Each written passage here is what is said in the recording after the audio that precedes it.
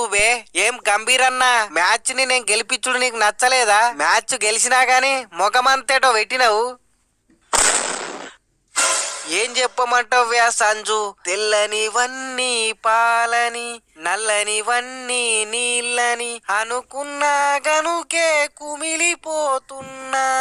నేను చేసిన తప్పుని మరువలేకున్నా, నేను చేసిన తప్పుని మరువలేకున్నా.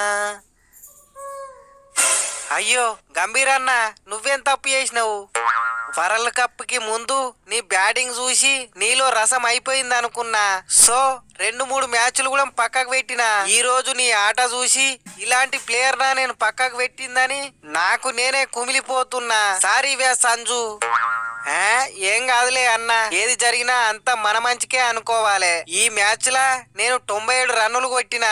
ఆయంత 3 రన్నులు కొట్టి సెంచరీ ఎత్తే అయిపోతుండే కదా, జస్ట్ మిస్.